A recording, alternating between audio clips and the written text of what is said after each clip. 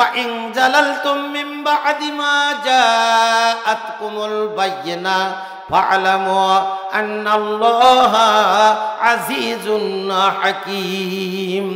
আমার আল্লাহ রব্বুল আলামিন স্পষ্টভাবে ঘোষণা করে দিলেন, বান্দারে তোমরা শুনে রাখো, তোমরা যদি শয়তানের পথলঙ্ঘ করো, তোমরা যদি অন্যায় অবিচারের সাথে তোমরা সম্পৃক্ততা থাকো, তোমরা যদি আমার হুকুমের পরিপন্থী কাজ করো, আমি আল্লাহ ঘোষণা করে দিলাম ফাআলামু আন্নাল্লাহা আজিজুন হাকিম, জানিয়া রাখিও আমি আল্লাহ রব্বুল আলামিন মহাপরাক্রমশালী এবং মহাবিচারক। আল্লাহ কি? আল্লাহ মহাপরাক্রমশালী এবং মহাবিচারক বা প্রজ্ঞাময়। এত ক্ষমতা আল্লাহর রয়েছে, আল্লাহ নিজেই অহংকার করে বান্দার কাছে বলে দিলেন। এরপরও যদি তোমরা কি করো, শয়তানের পদলঙ্ক করো, তোমরা যদি শয়তানের অসহায় সেই দিকে তোমরা বাতিলের দিকে তোমরা চলে যাও, তোমরা ইসলামের দিকে থাকলে না, ইসলামের পথে তোমরা থাকলে না, অতএব তোমরা জানিয়ে রাখো কাল কিয়ামতের দিন আমি কি করব, আমি নিজেই বিচারক, তোমাদেরকে কিন্তু বিচার করব। এমন হুমকি আল্লাহ কোন কথা দিয়ে বললেন? ফাআলামু, এখানে ফাআলামু দিয়ে বুঝাইছেন জানিয়ে রাখিও কাল কিয়ামতের দিন হোক আর দুনিয়াতেই হোক, আমি আল্লাহ মহাপরাক্রমশালী এবং মহাপ্রজ্ঞাময়। এজন্য ভাই বন্ধুগণ, এই পৃথিবীতে আপনি আমি বেঁচে থাকতে হলে এই দুনিয়ার থেকে একদিন চলে যাব, আর সেই জন্য আপনাকে আমাকে অবশ্যই মুমিন হতে হবে। কথা ঠিক না বেঠিক? মুমিন হতে হলে আপনাকে 9টা দফা বাস্তবায়ন করতে হবে ভাই বন্ধুগণ। 9টা দফার ভিতরে 1 নম্বর দফা হলো সূরা বাকারার 278 নম্বর আয়াতে আল্লাহ রাব্বুল আলামিন স্পষ্টভাবে ঘোষণা করলেন, ইয়া আইয়ুহাল্লাযীনা আমানুত্তাকুল্লাহা ওয়া যারু মা বাকিয়া মিনার রিবা ইন কুনতুম মুমিনিন। আল্লাহ তাবারক তাআলা স্পষ্টভাবে বললেন, ওহে যারা ঈমানের দাবিদার করো, তোমরা আল্লাহকে ভয় করো, আর তোমরা সুদের বকেয়া যত আছে, সুদের যত কায় কারবার আছে সব ছেড়ে দাও, যদি তোমরা মুমিন হও।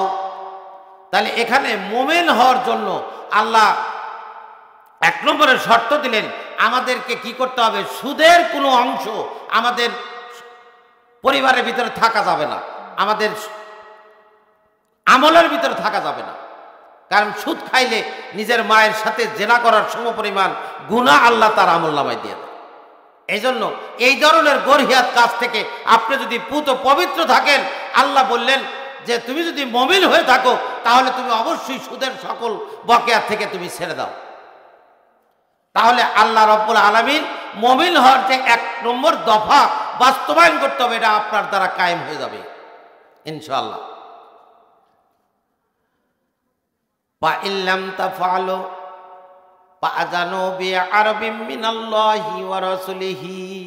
যদি তোমরা সুদ না ছাড়ো, যদি তোমরা ওই সুদের বকেয়া না ছাড়ো বা সুদের সাথে সম্পৃক্ততা না ছাড়ো, তবে জানিয়ে রাখিও ফাআলামু আন্নাল্লাহ,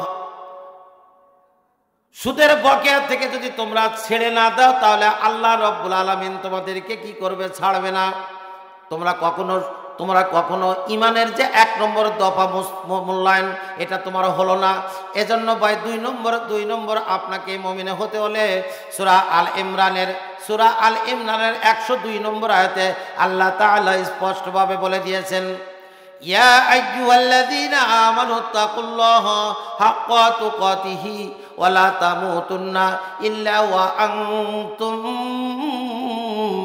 মুসলিমুন। আল্লাহু আকবার বলেন।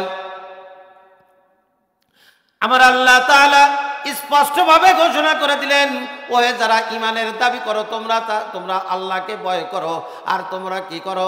তোমরা হাক্কা তুকাতিহি ওয়া লা তামুতুন্না ইল্লা ওয়া আনতুম মুসলিমুন, তোমরা মুসলমান না হও, প্রকৃত মুসলমান না হওয়া পর্যন্ত তোমরা কখনো মৃত্যুর স্বাদ গ্রহণ করিও না। তাহলে আমরা কি মুসলমান না? আমাদের বাবা মুসলমান, মা মুসলমান, ভাই মুসলমান, স্ত্রী মুসলমান, সন্তানাদি মুসলমান, আমাদের 14 গোষ্ঠী মুসলমান হওয়ার পরও আল্লাহ রব্বুল আলামিন স্পষ্টভাবে ঘোষণা করে দিলেন, হাক্কা তুকাতিহি ওয়া লা তামুতুন্না ইল্লা ওয়া আনতুম মুসলিমুন।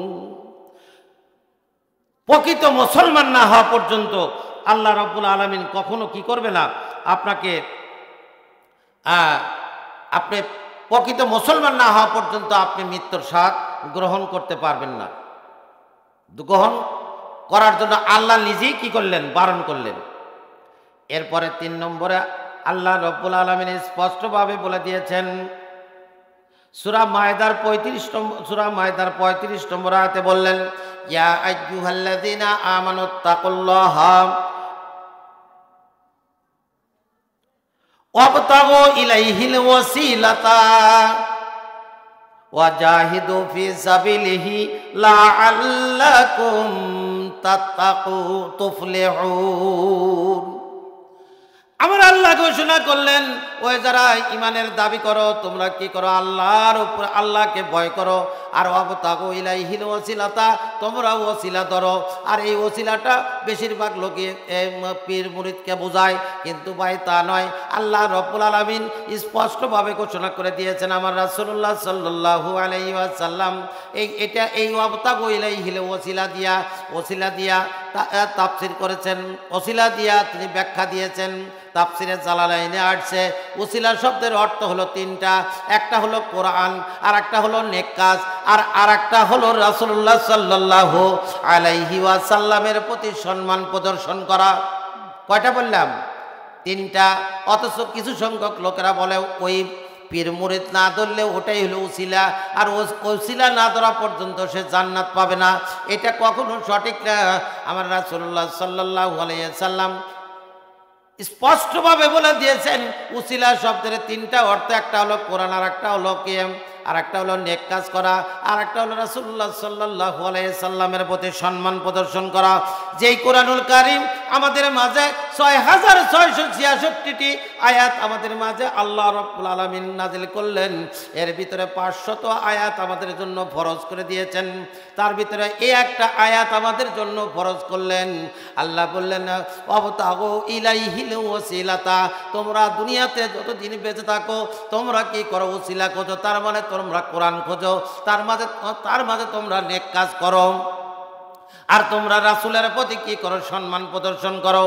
যেই রাসূলের প্রতি সম্মান প্রদর্শন যদি না করেন ও ভাই বন্ধুগণ, আর রাসূলের প্রতি যদি আপনি রাসূলের আদর্শ যদি আপনি না মানেন, রাসূলের আদর্শ যদি আপনার জীবনে, আপনার বাড়িতে, আপনার পাড়াতে, আপনার গ্রামে, আপনার ইউনিয়নে, আপনার দেশে যদি আপনি বাস্তবায়ন না করেন ভাই বন্ধুগণ, আপনি কখনো প্রকৃত মুমিন হতে পারবেন না। রাহমাতাল লিল আলামিন নবী, রাহমাতাল লিল আলামিন নবী, কোরআনে প্রমাণ, আশিক বিনে কে বুঝিবে আমার দয়াল নবীর শান। বলেন, আশিক বিনে কে বুঝিবে আমার দয়াল নবীর শান। নবী আমার মদিনারি বুলবুল,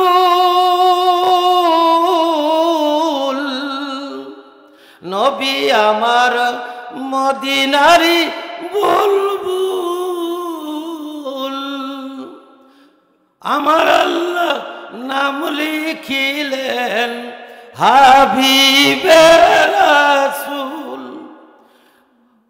নবী আমার মদিনারি বুলবুল, আমার আল্লাহ নাম লিখিলেন মুহাম্মদ রাসূল।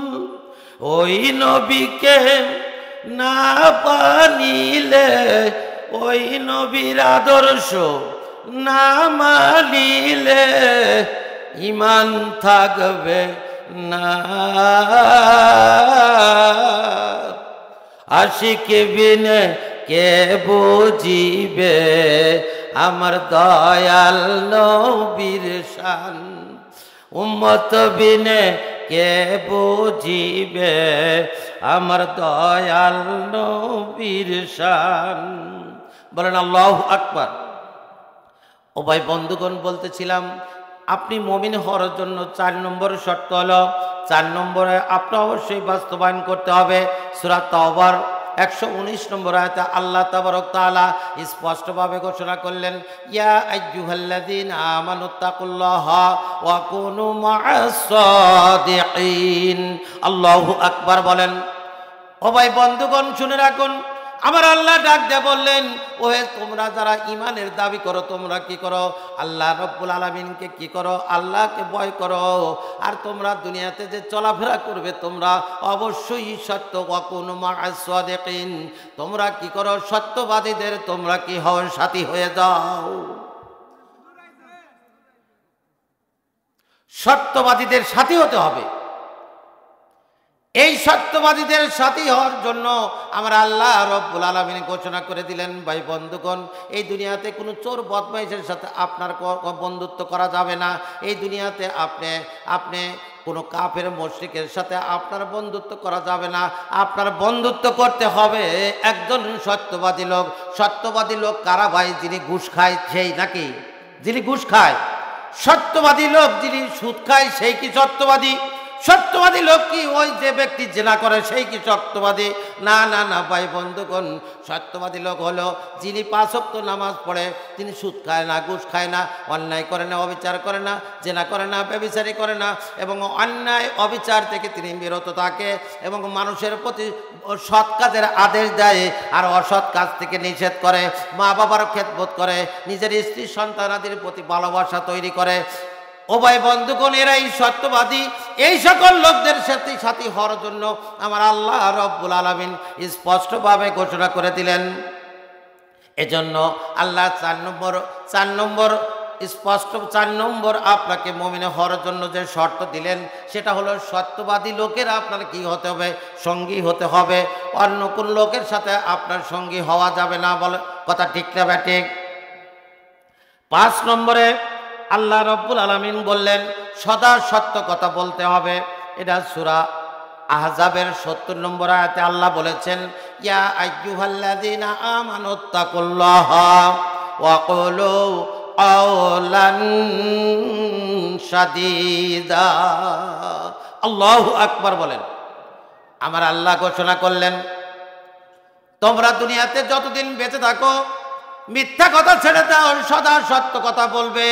আল্লাহ কালামে পাকের সূরা আহজাবের 70 নম্বর আয়াতে বললেন, ইয়া আইয়ুহাল্লাযীনা আমানু, ওহে যারা ঈমানের দাবি করো, তোমরা কি করো?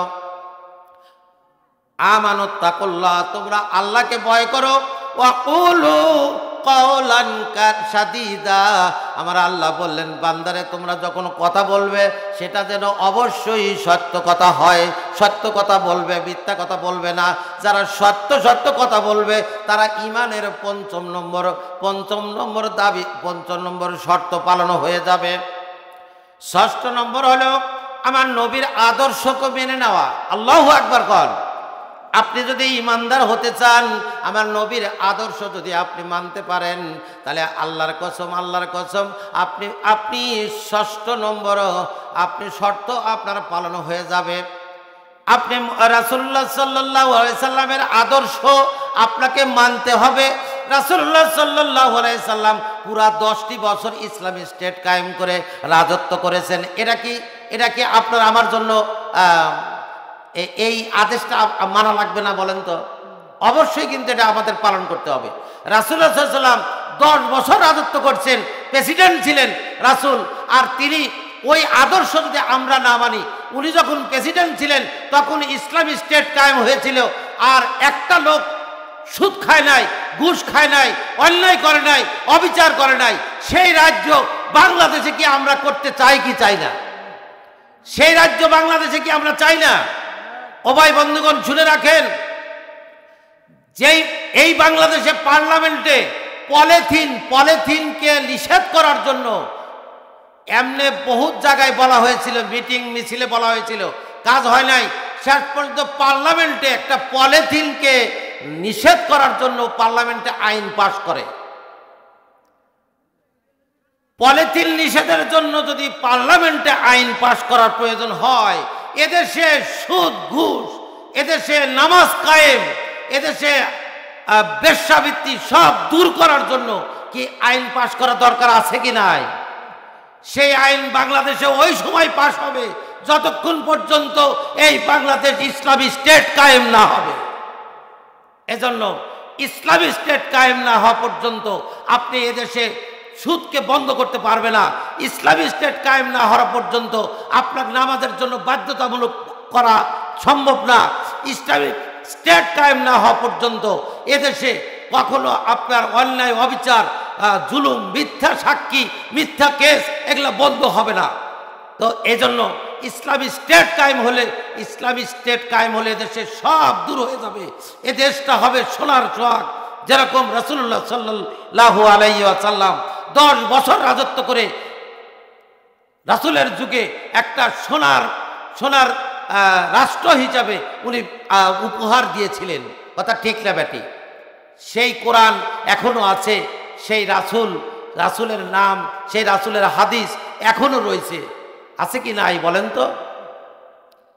অথচ এখনো এক প্যাকেট খিচুড়ি 500 টাকা যদি আপনাকে দেওয়া যায়, আপনি এই নিয়েই ভুলে যাবেন। ইসলামী স্টেট কায়েম তো দূরের কথা, যে মনে হয় সে অজ্ঞা তাকে ভোট দিয়া তার প্রতি পিছে পিছে ঘুরবেন, এটাই আমাদের স্বভাব।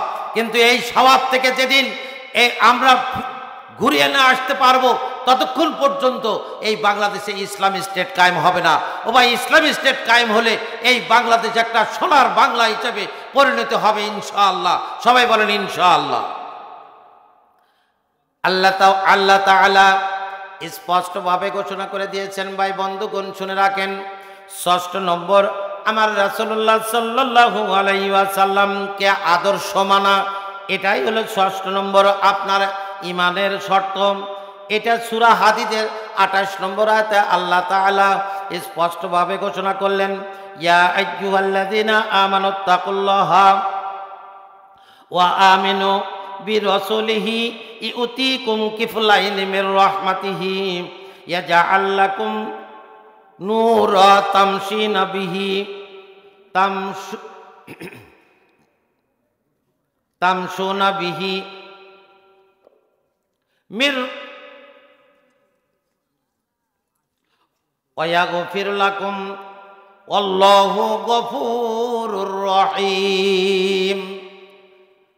আলহামদুলিল্লাহ, আল্লাহ এমনই একটা কথা বললেন যে হে ঈমানদারগণ, তোমরা যারা ঈমানের দাবি করো, তোমরা আল্লাহকে ভয় করো আর তোমরা রাসূলের আদর্শকে নিজের জীবনে বাস্তবায়ন করো। তাহলে আমি আল্লাহ রাব্বুল আলামিন 2টা পুরস্কার আমি দান করব। সুবহানাল্লাহ বলেন। 2টা পুরস্কার। একটা হলো আল্লাহ রাব্বুল আলামিন আমাদের মাঝে কি দিবেন? একটা নূর দান করবেন। সেই নূরটা হলো কুরআনুল কারীম। তামশুনা বিহি, আল্লাহ রাব্বুল আলামিনের ওই নূর থেকে আমরা কি করব? আমরা আলো গ্রহণ করব। আল্লাহু আকবার বলেন। ওই নূর থেকে আমরা আলো গ্রহণ করব। আর আমাদের জীবনের গুনাহ, আল্লাহ চলার ক্ষেত্রে কত গুনাহ করেছি, আল্লাহ ওয়াদা দিয়েছেন ওয়ায়াগফিরু লাকুম, আল্লাহ রাব্বুল আলামিন আমাদেরকে ক্ষমা করিয়া দিবেন। আল্লাহু আকবার বলেন। আল্লাহু গফুরুর রহিম, আমার আল্লাহ ঘোষণা করলেন আমি মাফ করনেওয়ালা এবং আমি অতিশয় দয়ালু। 7 নাম্বার বলে দিয়েছেন আমার আল্লাহ রাব্বুল আলামিন ঈমানদারদের বলে দিয়েছেন তোমরা কি করো। 7 নম্বর বলে দিলেন সূরা হাশরের 18 নম্বর আয়াতে আল্লাহ বললেন, ইয়া আইয়ুহাল্লাযীনা আমানুত্তাকুল্লাহা ওয়াল তানজুর নাফসুম মা কদ্দামাত লিগাদ ওয়াত্তাকুল্লাহ আল্লাহু খবীরুম বিমা তা'মালুন। আমার আল্লাহ ঘোষণা করলেন তোমরা যারা ঈমানের দাবি করো তোমরা আল্লাহকে ভয় করো আর তোমরা কি করো? ওয়াল তানজুর নাফসুম মা কদ্দামাত লিগাদ, তোমরা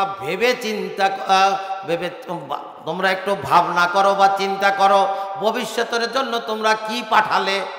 কারণ আমরা যে এখানে বসে আছি, এখানে কিন্তু আমাদের সব হচ্ছে কি হয় না এখন তো, এটা আমাদের ভবিষ্যতের কাজে লাগবে। কিন্তু এটাই আল্লাহ বলছে যে তোমরা একটু ভাবো, চিন্তা করো এবং তোমাদের ভবিষ্যতের জন্য তোমরা কি করলা এই জিনিসগুলো চিন্তা ভাবনা করো। আর তাহলে আল্লাহ রাব্বুল আলামিনকে ভয় করো। আর আল্লাহ রাব্বুল আলামিন তোমরা কি কাজ করতেছো, আসলে ভবিষ্যতের জন্য তোমার আমল নামায় পাঠাইতেছো কি পাঠাও নাই, তোমরা কি কর্ম করো, আল্লাহ এই খবর ভালো জানেন। সুবহানাল্লাহ বলেন, আল্লাহ এই খবর জানেন। এই 7টা আপনি যদি ইমানদার, প্রকৃত ইমানদার হতে চান, তাহলে এই 7টা আয়াত যে বললাম, এই 7টা যদি আমরা মানতে পারি, তাহলে অবশ্যই আমরা প্রকৃত ইমানদার হতে পারবো। 7টা শর্ত যদি আমরা মানতে পারি। আল্লাহ তাআলা আপনাকে আমাকে দুনিয়াতে প্রেরণ করেছে, ভাই একদিন দুনিয়া থেকে বিদায় করে নিয়ে যাবে, কথা ঠিক না ব্যাঠিক? রাসূল পাক সাল্লাল্লাহু আলাইহি ওয়াসাল্লাম বলে দিয়েছেন 6টা কাজ যদি আপনারা আমার দ্বারাও হয়ে যায় ভাই বন্ধুগণ, তাহলে অবশ্যই আমার রাসূল জিম্মা নিয়েছে, জিম্মাদার হয়েছেন। কাল কিয়ামতের দিন আপনাকে আমাকে কি করবে? আল্লাহর জান্নাতে নিয়ে যাবে। 1 নম্বর হলো, আমরা যারা এই দুনিয়াতে আমরা মুসলমান রয়েছি, অবশ্যই সদা সত্য কথা বলতে হবে।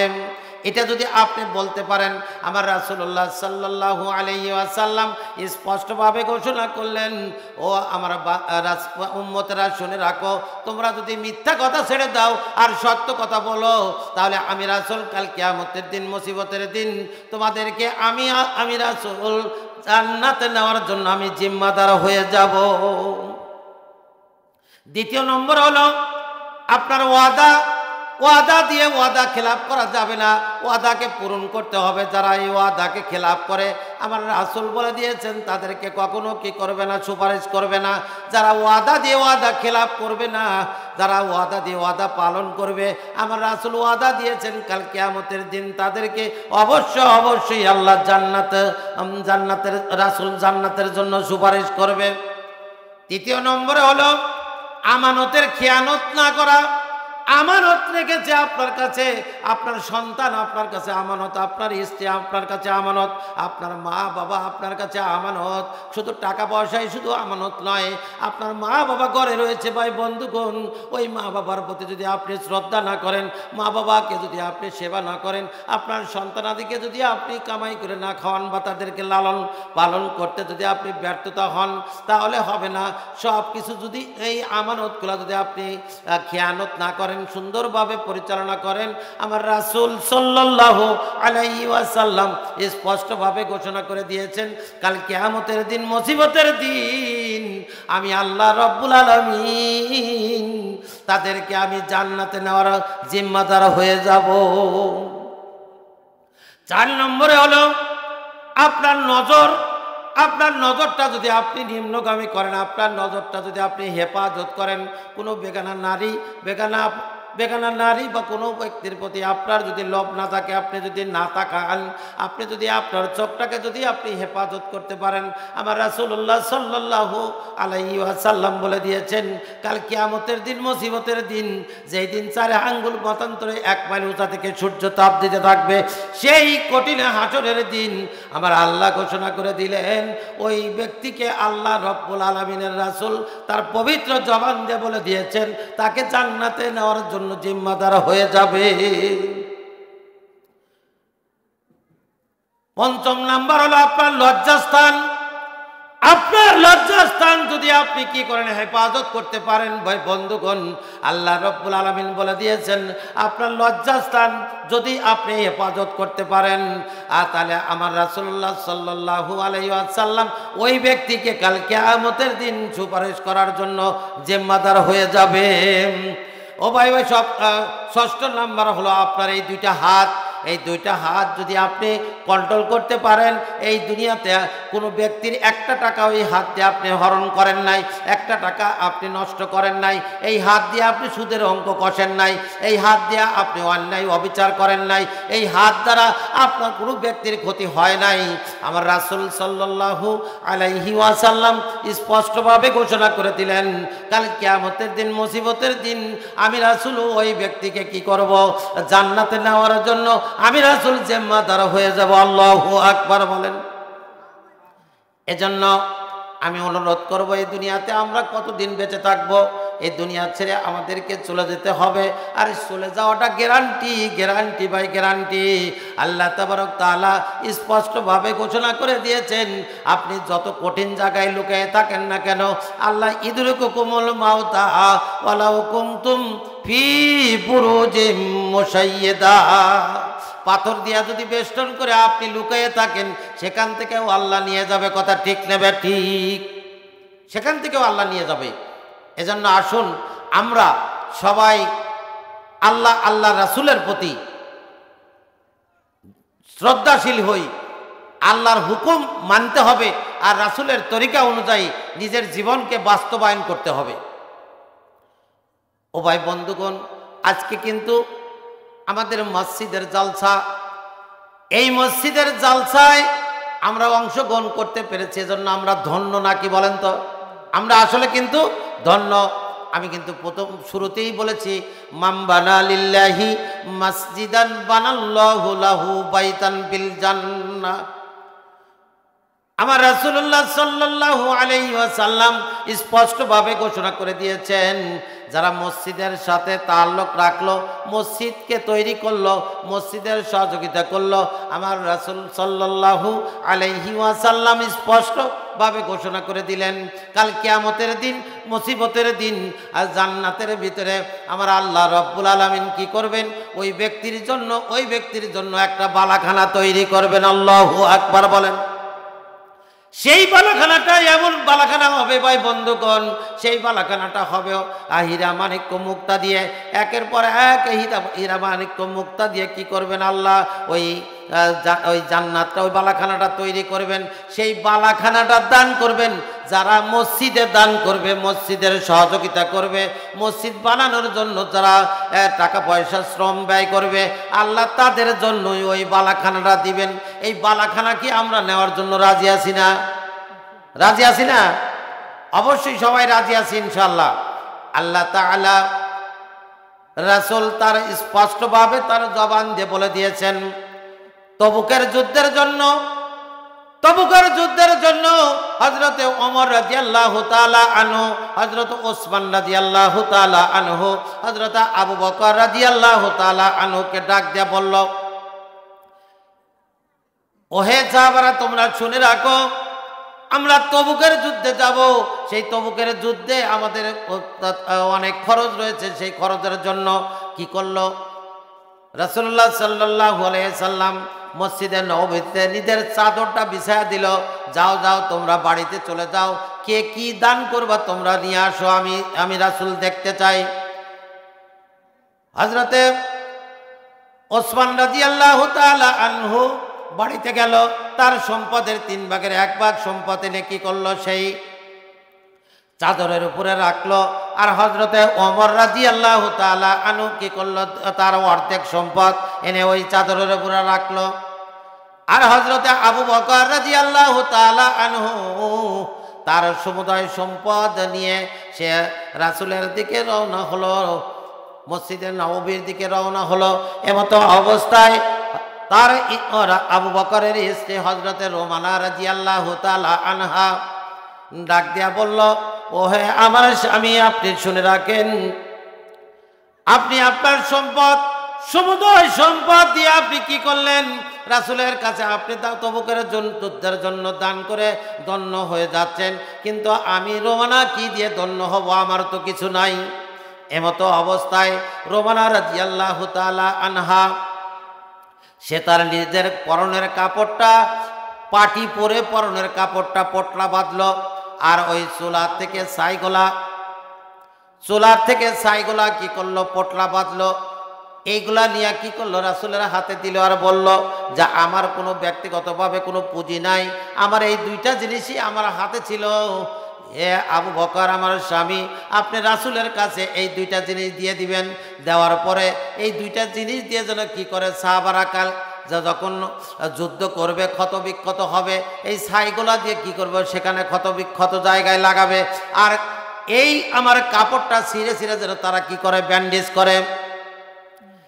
এইটা নিয়ে যখন আবু বকর রাদিয়াল্লাহু তাআলা আনহু রাসূলের দরবারে আসলো, দুই সাহাবা রাসূলের চাদরের উপরে যখন তাদের দানগুলা দিল, আবু বকরের দান যখন দিতে লাগলো, যে দান নিয়ে এসেছেন আপনি আগেই দান করবেন না, আমি দেখতেছি ওই যে জিবরাইল আমিন খেজুর পাতার পাটি পরিধান করেছে কেন? আমি জানতে চাই জিবরাইল আমিনের কাছে, জিবরাইল আমিন বলবে কি কি ঘটনা আমি শুনবো, তারপর আপনি আপনার দান আমি গ্রহণ করব। এবারে জিবরাইল আমিনকে ডাক দিয়ে বলল, ওহে জিবরাইল আমিন, আপনারা খেজুর পাতার পাটি পরিধান করেছেন কেন? এবার জিবরাইল আমিন ডাক দিয়ে বলল, ইয়া রাসূলুল্লাহ, ইয়া হাবিবাল্লাহ, শুনে রাখেন, আবু বকরের দান আল্লাহ এমনইভাবে কবুল করেছে। আর ওই ওনার স্ত্রী রোমানা রাদিয়াল্লাহু তাআলা আনহার দান আল্লাহ কবুলের মাধ্যমে আল্লাহ খুশি হয়ে এই পৃথিবীতে এবং আসমানে জান্নাতের ভিতরে জাহান্নামের ভিতরে যত যত জায়গায় যত ফেরেশতা রয়েছে, আল্লাহ খুশি হয়ে কি করেছে, ওই সকল ফেরেশতাকে খেজুর পাতার পাটি পরিধান করাইয়েছে। আল্লাহ এত খুশি হয়েছে যে ওনারা কিছু নাই, শেষ পর্যন্ত নিজের কাপড় পাল্টাইয়া খেজুর পাতার পাটি পরিধান করে তারপরও দান করে দিছেন। আর এই দানটা আল্লাহর দরবারে এতই খুশি হয়েছে, শেষ পর্যন্ত সকল ফেরেশতাকে আল্লাহ কি করলেন, খেজুর পাতার পাটি পরিধান করাইলেন। এবারে রাসূলুল্লাহ সাল্লাল্লাহু আলাইহি ওয়াসাল্লাম ডাক দিয়ে বলল, হে আবু বকর, আপনার দান এবং আপনার স্ত্রীর দান আল্লাহ কবুলের মাধ্যমে এই নমুনা দেখাইয়েছেন। এজন্য এই দুনিয়াতে যাদের সম্পদ রয়েছে, দুনিয়াতে যাদের টাকা পয়সা আছে, আপনারা যদি আল্লাহর রাস্তায় দান করেন, দানের বিনিময়ে আল্লাহ রব্বুল আলামিন স্পষ্টভাবে বলে দিয়েছেন, আল্লাযীনা ইউনফিকুনা ফিস সাররাই ওয়াদ দাররা ওয়াল কাযিবিনাল গায়যা ওয়াল আফিনা আনিন নাস। আল্লাহ রব্বুল আলামিন বললেন, তোমরা ধনী অবস্থায় অথবা গরিব অবস্থায় যদি তোমরা কি করো, আল্লাহর রাস্তায় দান করে দাও, আমি আল্লাহ রব্বুল আলামিন আল্লাহু ইউহিব্বুল মুহসিনিন, আমি আল্লাহ ওই সকল লোককে আমি আল্লাহ ভালোবাসিব।